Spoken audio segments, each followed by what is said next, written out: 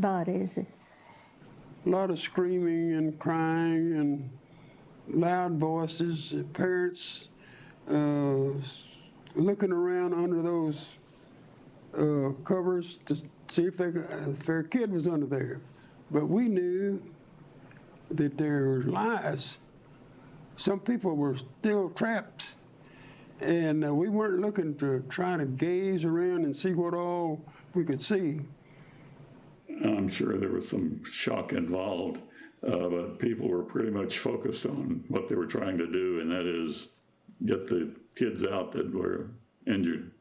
Of course, most every lease truck, or a lot of them, had winches that were powered by the engine of the car, had winches and winch lines, and we were hooking those lines on big pieces of brick and mortar and steel and all, and pulling them so we could pull it. And then there was welders cutting torches with cutting torches to cut the reinforcement rods to where we could move this, the larger pieces out of the way where we could look under them or around them or whatever. And that was all going on at one time. In fact, it was when they were bringing those lines in that those of us that had worked through the night were told that we better get out of the way because we could get hurt from some of that equipment. We were cutting our shoes on that, all that sharp, broken concrete, just scuffed them up like you'd take a knife. And same way with our clothes. They were torn, and we didn't notice it during the night while we were working, but we were tearing our trousers, and people were wearing out their gloves with all that sharp. All of us had gloves, and all that the edges of that concrete. Some of it was just almost like a knife. It was very sharp. I remember it rained most of the night. I'd say about 10 o'clock, as I remember it. It was before midnight. It was a light rain, and it was warm and humid, and it rained off and on throughout the night. It was about 2 o'clock in the next morning. We had cut through a ceiling, and as I remember, 2 floors, and we figured that what we found underneath all that was on the ground floor. And when we finally uncovered a lady, a teacher, female teacher, her head was crushed. Desk and everything was there. And that was a horrible sight. I don't think there were any that I could identify. Of course, a lot of them were the junior high school side, and I didn't know too many of them. And I don't recall recognizing anyone that I helped. My friends there and I worked all through the night helping dig out people, and maybe 8 o'clock the following morning, the oil companies around had brought in so much heavy equipment that we were just getting in the way, so we went home. They were still looking. It wasn't sure that everybody was accounted for until about 10 o'clock the next morning, when they announced on the public address system that they thought that everybody had been, all the bodies and people that were injured and trapped had been accounted for, and that we could just go home, that we'd done all we could do. Being a 21-year-old, what did I know about death and destruction? Nothing. I had never seen anything like it. So it was heartbreaking just to see what all was, and sometimes you would just think, I'd think, is this a dream? Is this real? You know, it's hard to realize that it actually happened. I never had seen anything like it before or since.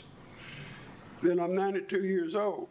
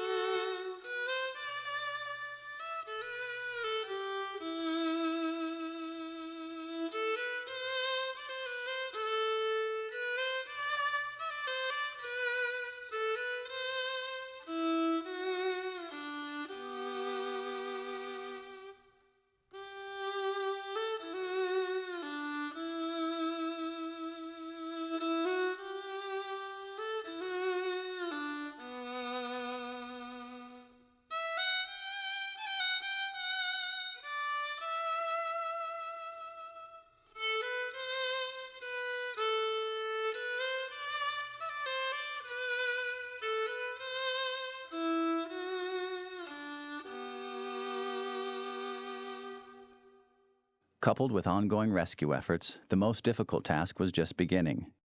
Finding out who had lived and who had died. People crowded around radios hoping to hear information on the whereabouts of their children. And the radio came on. Of course, the radio played constantly for 3 days and nights. Ted Hudson, the man that lived here, had just gone into the radio business, and it had just started, and he went 3 days without any sleep, they say. We didn't have a radio in those days, so they had a car radio. They sat in the car all night listening. They were telling different children what they were wearing, so they had to listen what this child was wearing, what this child was wearing. See, that's the only thing I remember. That's a horrible night, sitting in the car all night listening to the radio, trying to think of clothing they wore, see if you could decipher which ones were which. The injured were taken to medical facilities throughout the area. Newly constructed Mother Frances Hospital in nearby Tyler was not scheduled to open until the following week. From there, we went to the hospital as fast as he could drive, about 15 minutes.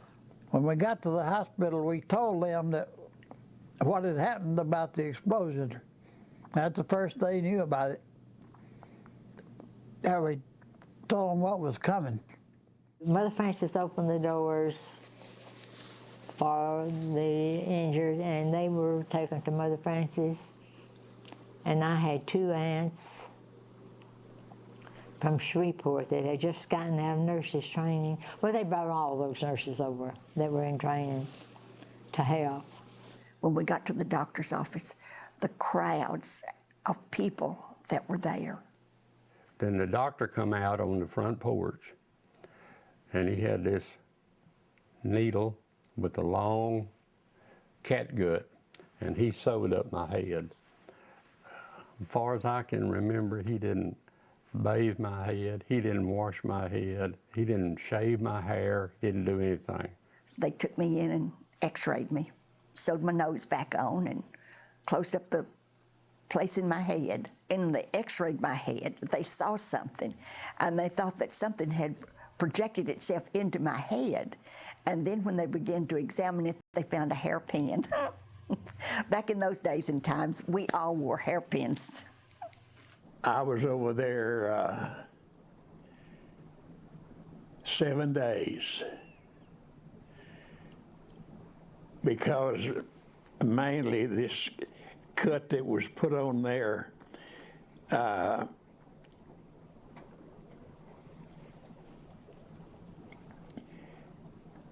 when the thing blew up, it blew that shop desk over on top of me, and because it lay there so long, it cut off the circulation to the rest of my body.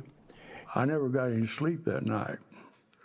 I didn't sleep at all. There was people coming in all night long, looking for their kids. I don't know if I knew them or if I had seen them, knew anything about them. They searched and searched, and they could not find them. So finally they found my one brother in a hospital close by, and I think at 3:30 the next day in the afternoon they found my sister at a morgue 15 miles away, laid out in a tarp underneath the it's in the backyard, laid out underneath a tarp. They had to identify the children by their clothing. Clothing was all dusty and everything, so they had to remember what clothing they wore. That's the only way they could identify the bodies. So then they found my other sister, my oldest sister, about 10:30 the next morning at another morgue, maybe 25 miles away. And she was also laying in the backyard under a tarp with a lot of children. We just went from one funeral home to another, looking for her. Well, the bodies, of course, as you probably know, were taken to the various towns. There wasn't facilities for all of them. And I think it was the American Legion Hall, everything had bodies. So that's where we went. About 4 days later, they finally found her in Henderson, Texas. Funeral home. My daddy, I don't even know who went with him, but I know it took 2 men to bring him out, and he didn't want Mother and I to see her. And I really think that he should have let Mother see her, because after that, after the funeral, everything, we got up at midnight every night and went to go to that cemetery. Well, and I went with them. Hindsight's 20/20, I guess. He did what he thought was right. They did find Paul, who was 17. They found his body fairly soon, and he was not hurt, physically. He seemed to be just lying there asleep, and I think probably the initial concussion of the building, they thought, probably killed him. So he was easy to identify. But Helen, it took until late in the night because apparently her body was in bad condition. And after a while, my mother was so upset they didn't want her to come into the morgues. And so my stepfather went in, and she was wearing a new dress that Mother had just made, and he couldn't recognize her. But finally, late in the day, or late in the night, he did. We got over to Overton about dark and went into American Legion Hall, and that foot was, my brother was sticking out from the sheet. It's the only way we could tell who he was. And then Dad dropped me off where my mother was, and he went on around looking, and he didn't find Horace till the next day over at Kilgore. So they wouldn't let me go in and see Horace after that because they didn't want him to know what happened. He was in pretty bad shape, had broke back and collapsed lung. So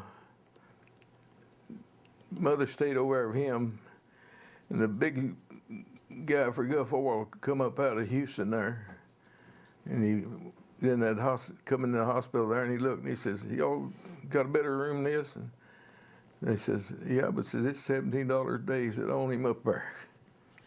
He says, "And I want a nurse with him all the time." And he told my dad, says, "We're paying for all this." Mom and Papa found him, the best I remember, around 7 or 8 o'clock that night. He was irreplaceable.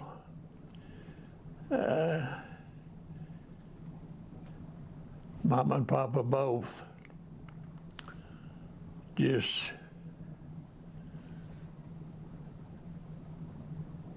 thought the world of him.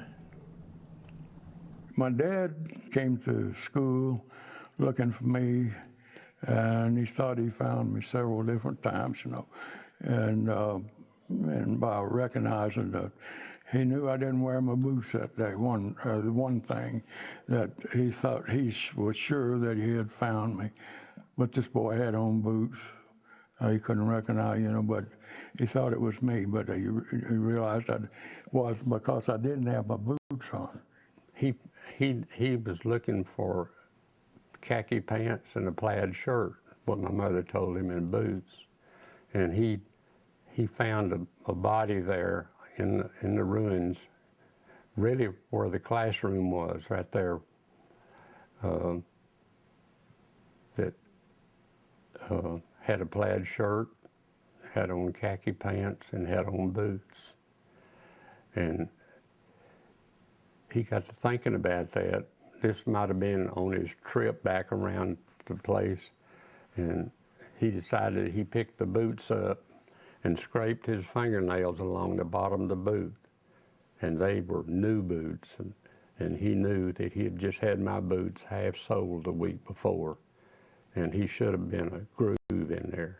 When Ms. Miller decided to go back to the school, take me back to the school, see if we could find my folks, and we didn't go halfway to the school, just, I'd say, a quarter of a mile on another oily road, and we met my folks in the car. It was my mother and dad and my little brother. Well, they stopped and we stopped. I told somebody one time it was kind of a hallelujah jubilee when my mother got me. I know she praised God. I know she did. And my daddy, he just stood over there and cried. I didn't know what he'd been through that day. Later years, I found out what he had been over there looking for me. The first time I ever saw my father cry, in fact, the only time in my whole lifetime I ever saw my father cry was that time. And he just couldn't take it. And my mother just had just a nervous breakdown afterwards. And not a big one, but a nervous breakdown. And it affected our family quite a bit. Being torn apart, My father was in the area where the typing lab would have been, looking for me. And they had already been to Overton and looked in everything that was using their space as a morgue and couldn't find my brother. So they were fixing to leave, and here came a fire truck with one body on it and one shoe. And my father said, "That's my boy. I know that shoe." So they took me back to Overton, to the funeral home. And his head had to be tied up like a sore thumb. The explosion was so strong that their bodies burst. And it was really a horrible thing. Some of the people had to search through all of the morgues in every hospital before they ever found their child, The next day, we went to Henderson to arrange to have Helen and Paul's bodies shipped back to Oklahoma. And so they parked in the parking lot, and told me to stay in the car, and then they went inside, and they were gone a long time, at least to me. And I can remember that there was a carnival, and I could hear the calliope on the merry-go-round. That I've never liked those things since then. But anyway, after a while, I got tired of just sitting there, so I got out and just sort of walked around a little bit, walked around the car, and then there was a shed next door, a sheet iron shed. I think it probably was a garage. I walked up toward that, and there was an open door there, an open space to the shed, like the size of a car could drive in. And I looked in, and there were makeshift tables filled the whole building, and the tables were full of bundles wrapped in bloody sheets. And so I guess, I mean, just row on row and row of them. And I guess that was when I really understood how huge, how many people had been killed. And I never told my mother that, and I didn't tell anybody about it for a long time because I wasn't supposed to get out of the car, and I was afraid I'd be punished. A day or so later, my uncle asked me to come to Henderson to see if I could identify some bodies. And there were a number of bodies laid out in the funeral home and the fire station next to the funeral home. And I must have looked at 100 bodies. And I guess I was in such a state of shock, I could not call a name, ever. It wiped them out. I can name George Emblin, Ernest Knipe, Ernest, we call him Shoemaker, Brian Boland, and I can just sit back and name. It wiped out all my little friends that I played with. About 3 days after the explosion, a friend and I were walking down the sidewalk in Overton. We were going past a funeral home, and someone came out and asked us if we'd come in and try to identify a body that they hadn't been able to identify. She was a girl about 12 years old, and very pretty little girl, and I didn't know her, and neither did my friend. But it was hard for me to believe that after 3 days, someone hadn't been able to find her, because she wasn't mutilated at all. Her features were very recognizable. I never did go out to the cemetery in the funeral, but I remember them had this one over where they had 13 one-day funerals. And this one poor Baptist preacher preached all 13 of them. And of course, he knew all the kids too. And I think he preached a bunch more after that, and he quit preaching. We actually went to funerals at several churches. One of them I can remember for some reason quite clearly, but the others are kind of vague. But in this one, maybe it's because we had so many funerals there. And it was a matter of sort of, we were acting as pallbearers, some of the students, the older students, and we would take a casket out to whatever transportation they had for it to go to the cemetery, and then go back in and do the same thing all over again at another funeral. There was 3 children from one family and 2 from another that had their funerals with my brother. It was such a shock to the human body that I couldn't cry for 3 days. And when I could cry, it was such a relief inside.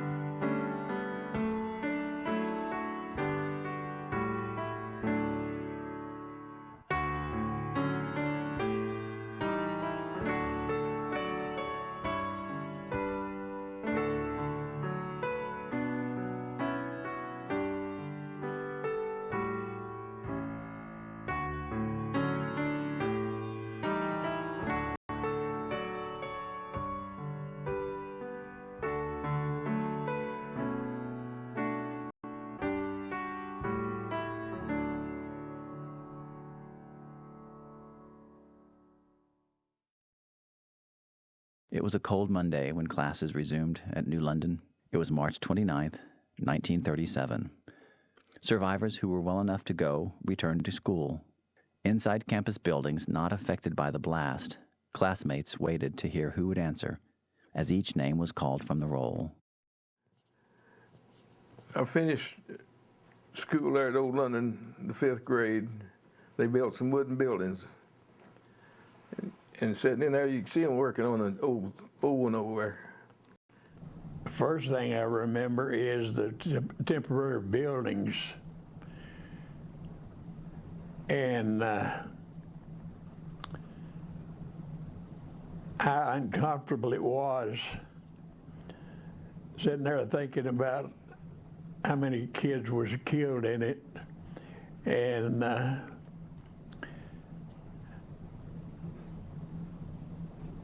thinking if one of those temporary buildings could be blown up like that. They were carting away the rubble from the old school while we were in the outbuildings in new classrooms, and the noise from the bulldozers was ear-splitting sometimes. It made it a little difficult to carry on the classroom work. My uncle in Henderson, after the explosion, wanted us to come to Henderson.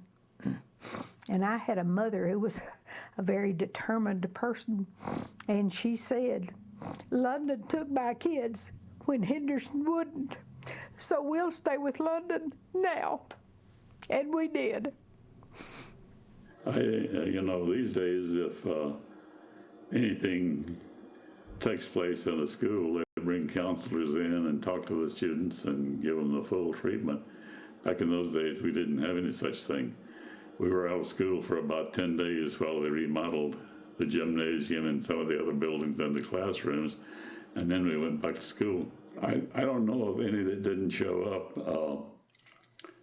There probably were a few, but I think just about everybody came back to school. Of course, only half as many as before. While we're in being accounted for, the ones that showed up that day, it come with snow. And I thought about, never heard this mentioned by anybody before, about the snow the day that we all gathered back. The snow was like, to me, was like covering the grounds with a white sheet. You couldn't help but notice that the ones that were your friends were not there. But when they started calling kids' names that was in each grade, we were in the 5th grade, and somebody had answered. There wasn't about 300. I don't know, maybe been 300 showed up that day. But